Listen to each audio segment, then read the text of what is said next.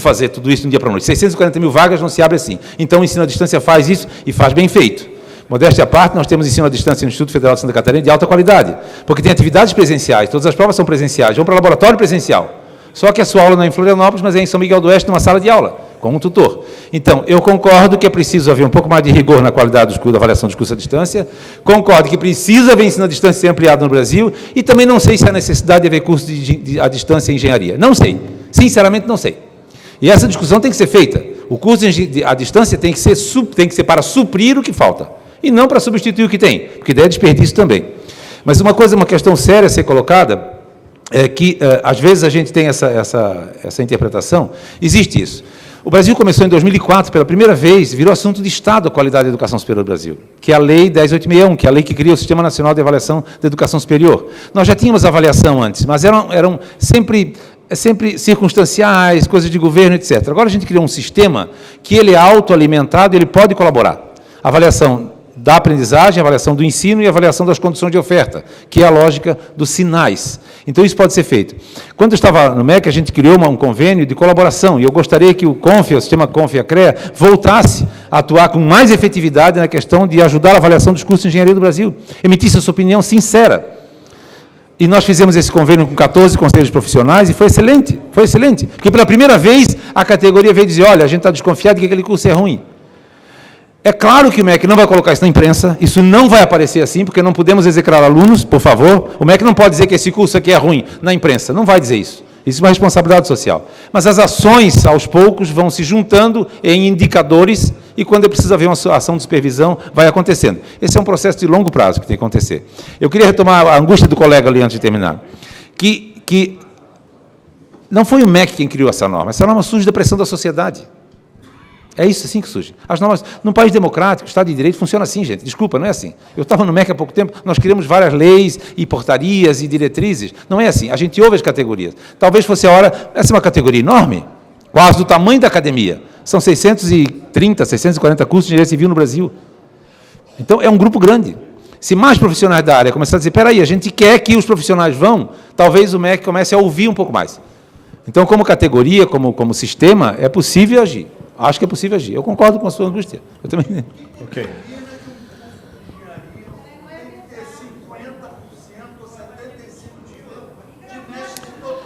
Pessoal, vamos lá.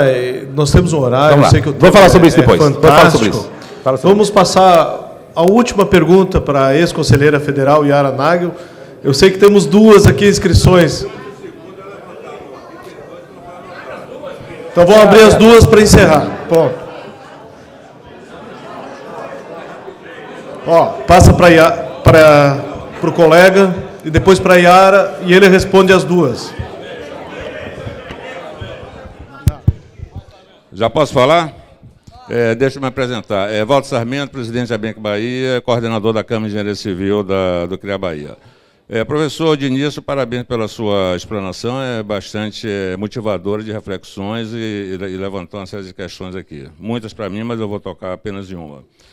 É o seguinte, o engenheiro de formação plena, que temos como generalista, que é o detentor de conhecimentos técnicos, científicos, sociais, ele, naturalmente, na sua vida profissional, ele evolui no início de um gerente de procedimentos para um gestor de processos. Correto? E como é que se vai conseguir essa evolução profissional sem que se tenha uma preparação básica científica na academia? Obviamente, a aversão por essas matérias de cálculo, geometria analítica, são desafiadoras, mas é um desafio que o sistema educacional tem que enfrentar e resolver. Ou nós vamos encerrar o conceito de graduação generalista. E, com isso, em mantido, vai ser possível se realizar essa formação no curso de 3 anos? E se fazer no curso de 3 anos, o curso de formação plena vai se equiparar ao curso de tecnologia? Como saímos dessa situação? Tá ok. Gente, vou repetir o que já falei ainda há pouco. Eu não defendo o curso de engenharia de 3 anos. Por favor, não digam isso. Linka o que eu falei. Eu falei que a Europa faz isso no processo de Bolonha. É a Europa, não é o Brasil. Não há nenhuma perspectiva no Brasil de mudar isso agora. Por favor, não digam isso, porque daí distorce as nossas reflexões. Não é. É um curso de 5 anos e defendo as 3.600 horas. Pronto. Mas o que eu defendo é o seguinte, é que a ciência é maior do que a gente imagina que seja. Todos os dias nós temos cientistas publicando conhecimentos novos. A cada ano e meio, a quantidade de saberes que a humanidade tem dobra. E quando falo saberes, eu não estou falando de tecnologia, não é de celular que eu estou falando. Eu estou falando de conceitos, de novos teoremas, equivalente ao Pitágoras, equivalente a outras coisas. Nos nossos cursos de engenharia, por exemplo, mesmo nos cursos de engenharia elétrica, a gente estuda física, um monte de física newtoniana. Nos eventos de engenharia eletrônica, o que menos temos é física newtoniana. Nós temos a física quântica, é muito mais fundamental. E nos cursos de engenharia, sobra uma partezinha desse tamanho para ela, ainda hoje. E é conhecimento tão importante da formação do engenheiro quanto o teorema de Pitágoras. É disso que eu falo, senhores. O que está sendo ensinado é que precisa ser revisitado, para atualizar a novos teoremas, preceitos, que vocês já usam no dia a dia. Vocês já estão usando no dia a dia. E a escola ainda ignora.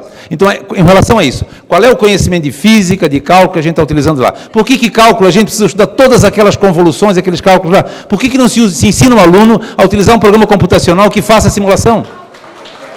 É isso. É isso. É conhecimento com tanta importância quanto aquele. Gente, ninguém mais precisa resolver uma... Tem. Mas esse cálculo, essa física, não precisa ser a mesma física de Newton, pode ser as mais avançadas, mais recentes do cálculo. O cálculo, como ciência, também avança, também evolui. A física também. É pouquíssimo nos nossos cursos. É pouquíssimo nos nossos cursos a física relativista. E aí que entra a grande confusão feita com as diretrizes curriculares. O cálculo para a engenharia civil não pode ser o mesmo para a engenharia elétrica, senhores. Desculpe, não pode ser. Não pode ser, eu conheço engenharia elétrica o suficiente para dizer que o cálculo que temos não é o mesmo para todo mundo. A gente vai ter que escolher do mundo que é o universo, que é o cálculo, o que é a ciência que é necessária para a formação daquele engenheiro, é aí que começa a haver a distorção.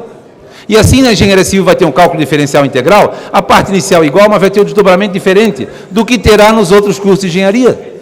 E tem a física, e assim por diante. E mesmo além da física e do cálculo, as teorias que a gente desenvolve dentro das disciplinas aplicadas. Análise de circuitos, etc, etc. Então, essa revisita, como é que se resolve esse dilema? Diretrizes curriculares, professor. Esse problema não é para reduzir, não é para reduzir quantidade de formação básica, por favor. Eu sou professor, então defendo o conhecimento acima de tudo. Tenho essa clareza. Eu não quero reduzir, eu quero ajustar o conhecimento pelo universo imenso que a humanidade tem para aquelas formações. Primeiro aspecto. E o segundo aspecto, mais importante do que enfiar conhecimento na cabeça de aluno, é ensiná-lo a como buscar esse conhecimento, selecionar e aplicar. Isso a gente ainda não faz com tanta eficiência nas escolas. Não adianta eu decorar todas as regras do cálculo se eu não souber como procurar soluções do cálculo para além daquilo que está na sala de aula. Então, a ciência tem avançado nesse sentido. E é aí que eu me reforço, em que os cursos precisam ter diretrizes específicas para discutir, na formação de um engenheiro civil, o que é fundamento matemático necessário, o que é fundamento físico, o que é fundamento logístico, e assim por diante, para a formação daquele engenheiro. Ao invés de dizer que todos eles têm que ter a formação igual, que é o que fazemos hoje. Eu não estou desqualificando a formação básica, por favor. Eu estou dizendo que ela tem que ser sintonizada àquela formação, torna-se mais eficiente. Nesse sentido. Bom, a última pergunta mesmo, depois eu peço para que todos façam por escrito, encaminhem à mesa e que nós vamos responder por e-mail. Por favor, Yara. Bom dia, senhores. Meu nome é Yara Narques, sou engenheira de Minas, moro no Rio de Janeiro. Professor, muito obrigada pela explanação. Agora, eu fiquei com algumas dúvidas que eu não entendi. Dentro da sua proposta da defesa da engenharia generalista, né? Parece que foi isso que eu entendi. Isso aí também leva à defesa da certificação profissional? Esse é o primeiro ponto da minha dúvida. Certificação, assim? Sabe o que é? Certificação profissional. Que as faculdades privadas, eu vi que no LinkedIn você é amigo do meu pró-reitor querido Paulo Alonso, tá? Aí eu vi um contato em comum. Paulo Alonso foi reitor da Faculdade da Cidade, no Rio, onde eu sou professora até hoje. E lá a gente brincava, o aluno não é aluno, ele é cliente. Quando ele é cliente, então, na realidade, você deixa de fazer um curso, você está vendendo diploma a prazo, tá? No meu entendimento. Então, quando o senhor diz a formação básica, ela deve ser sintetizada. Eu discordo também, tá? Ponto 1. Ponto 2, eu estou te perguntando, o senhor está defendendo a certificação profissional após essa engenharia generalista? O diploma de engenheiro já é uma certificação profissional, professora? Não, mas não é isso que está sendo divulgado, que eu estou louca. Certificação intermediária, você está se referindo? Tá, a física dentro do fundamental, que o senhor disse aí, tá? Eu estou tentando tirar as dúvidas que eu não consegui entender. Estou incomodando? Hein? Não. Encerramos? Professora, deixa eu me explicar sobre certificação. Professor Paulo, por favor. Pessoal. Deixa eu me apresentar, professor. Eu sou lá do Acre, andei tanto para conversar e ver a sua palestra brilhante, né? Sou professor universitário também e gostaria que o senhor me desse aqui, com toda a vênia, aí uns 2 minutos para fazer uma manifestação rápida e objetiva. Pois bem, eu queria dizer que, ouvindo sua palestra, eu estava lá no fundo da sala, muito brilhante, por sinal, muito bem postada, mas com algumas observações que eu gostaria de fazer. No sentido, primeiro, que o senhor disse que nós somos um país pobre e de terceiro mundo. Me permita lhe dizer que nós não somos um país pobre e nós não somos de terceiro mundo. Porque um país pobre e de terceiro mundo, ele não financia obras milionárias de outros países que não tem nada a ver com o Brasil. Nós somos um país que precisamos, sabe o quê? Ter objetivos no caminho que fazemos. O senhor faz uma defesa e fez uma comparação da EAD, que eu também concordo com o senhor. Ela é, eu vou usar uma palavra inexorável, nós não podemos parar, é uma coisa consumada. Agora nós temos que adequar a nossa realidade. E professor, me perdoe, mas não vale a comparação do Brasil com a Inglaterra. Porque as condições que são oferecidas nos 5 milhões de alunos que o senhor disse que tem na Inglaterra são muito diferenciadas das que estão sendo propostas para o Brasil. Nós não temos ambiente para produzir um curso de engenharia à distância. Nós não temos que criar técnicos apertadores de botão, porque a teoria que se diz, que o senhor não concorda, que possamos ministrar nas universidades brasileiras, a técnica da teoria newtoniana, passando direta para a einsteiniana, tá certo? Da teoria quântica, ninguém aprende física quântica sem aprender de física mecânica. Ninguém aprende, é sequência.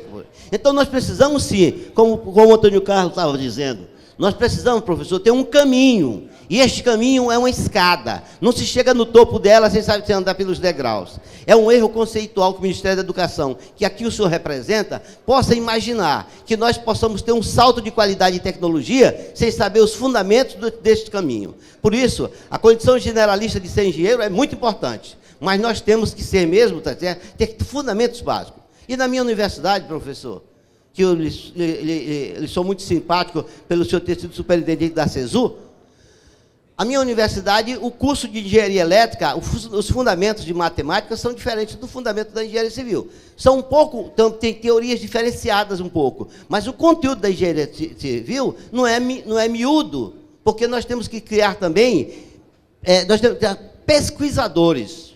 O Brasil, sem inovação tecnológica, professor, não caminhará. E o Brasil de apertador de botão será cupicha e estará atrelado a outras economias que estão crescentes.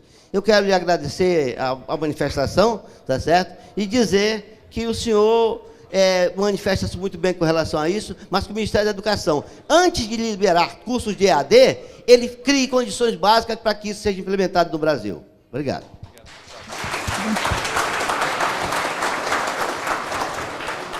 Está dito.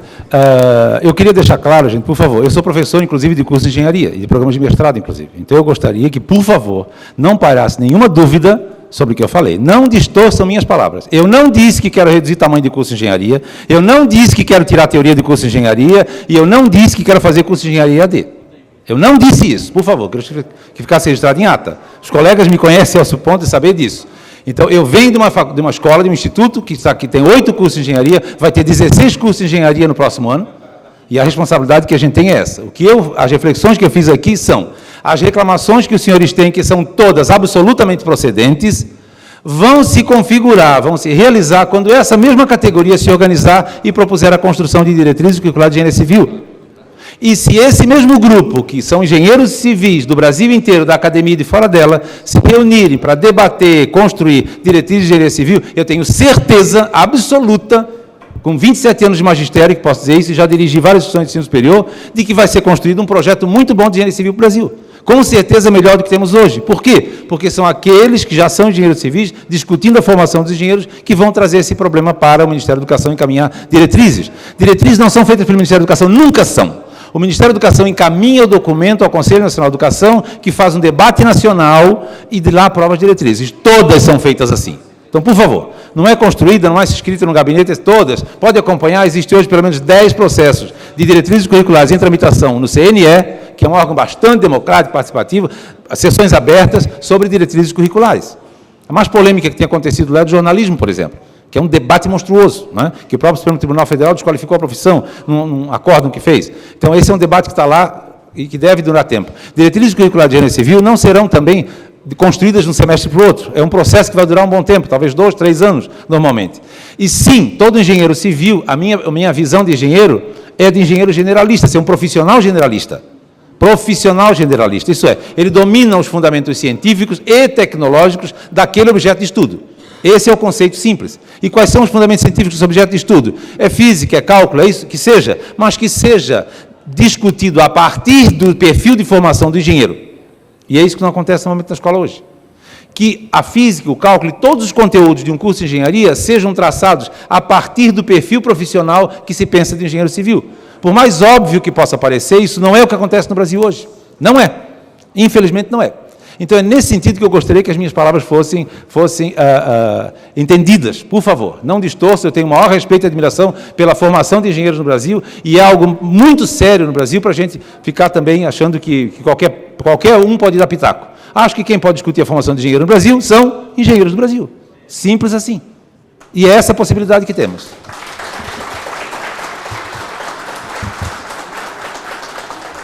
Senhoras e senhores, falar de formação profissional é um tema, ainda mais, falar sobre a engenharia civil, é um tema muito importante e nos abre aqui para multiplicidade de possibilidades de ações, falar da base, enfim, mas a nossa formação profissional, pela lógica que nós temos, pela disciplina, a organização, nos leva a gerenciar grandes obras, como o professor Furtado colocou, administrar grandes empresas.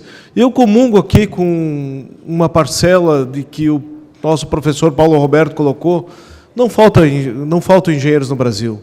Faltam talvez algumas especializações em alguns lugares. O que falta mesmo é a valorização da engenharia, salários dignos para todos os cargos. E eu acho que essa é uma questão que nós devemos pontuar com a formação profissional. Por fim, queria agradecer ao Ladaga pela oportunidade de nos propiciar esse belo debate, juntamente com o Caprara, os idealizadores do evento, consequentemente, o nosso presidente do Confeia, e também queria fazer uma saudação especial ao meu diretor financeiro, que está de aniversário hoje, o Carlos Nakazima, e por fim